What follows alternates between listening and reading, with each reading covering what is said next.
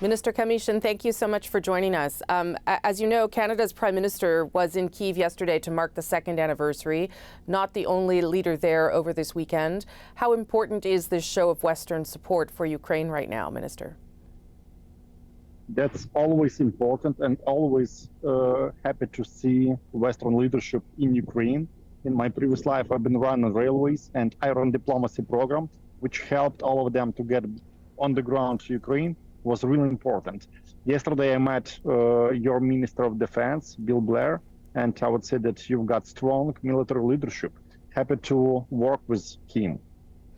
Canada and Ukraine signed also at the same time a $3 billion security cooperation agreement, which also will give Ukraine better access to Canada's defense industrial base and building future security. What do you need from Canada to help build up that domestic defense industry that you're working on? Since day one, Canada was helping us with military and financial aid, and I would be happy if now we switch more to industry collaboration, because that's how your industry can benefit as well, and that's how we can get more things produced together for the front line in Ukraine.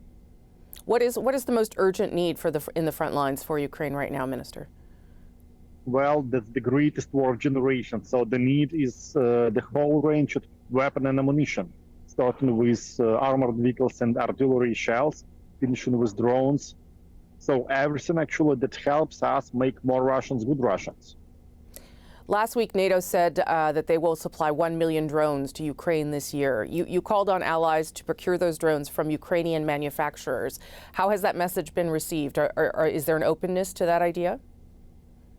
All countries we speak to accept it in a proper way, and I spoke about that with your Minister of Defense yesterday as well.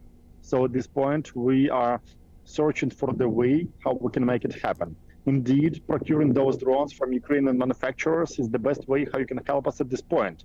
We are capable, we are price competitive, and it works. You were in Washington in November to try to attract investments into the industry.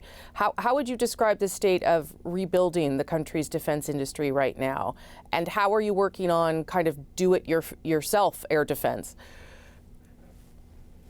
At this point, we grew times comparing to prior year, and our capabilities for this year are already higher than funding available.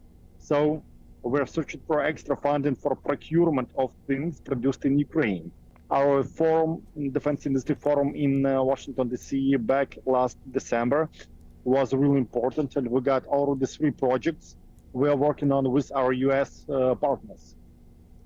You have had to get creative, though, in terms of getting weapons and defense systems sorted out. I think that when it comes to the air defense, it's called the Frankenstein air defense because you've had to put some things together that maybe weren't expected. Can you tell me a little bit about how you did that? Some people say that necessity is the mother of invention, and indeed, Ukrainian engineers are good enough to create solutions out of nowhere.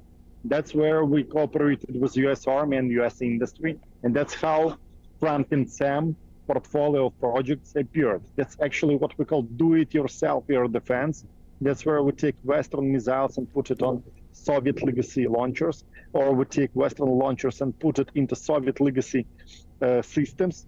And that's how we actually find a way how we can get something that will help us defend the sky already now. Because again, developing the new air defense system takes years and years. We don't have the time, we have to fight now.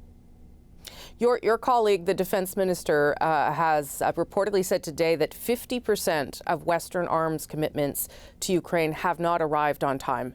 We are now entering the 3rd year of this war. What do you say to people who think that things are not getting there fast enough? How frustrating is that for you? I'm focused on defense industry, and in relation to Western supply, I would say that I'm grateful for everything that comes to my country. And again, there would be no way for us to withstand in this war for already 732 days without Western support. And no matter how much we produce locally, we would be always dependent on Western supply because, again, the greatest war of generations, and no single country can withstand in this war with its own defense industry only. But you would agree that the supplies that are coming from the West are not coming fast enough? I don't deal with that. So that's MOD is dealing with. And again, I'm focused on defense industry. You mentioned earlier that 2 years ago you were in charge of the country's railway. You were keeping the trains running and everything connected, and that was very important as the war started.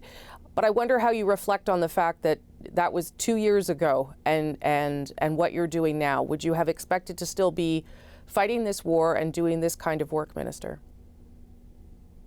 At that moment, it was really complicated. So when the war started, I had to run railways, and that's the largest company in Ukraine, 231 people, 1,000 people behind it. And we had to evacuate millions of Ukrainians to West, and we had to bring in military trains, and we had to keep running the cargo trains. So it was kind of a challenge.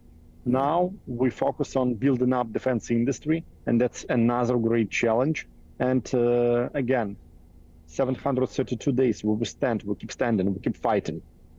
Minister, so nice to meet you. Thank you for the time today, sir. Thanks for standing with us.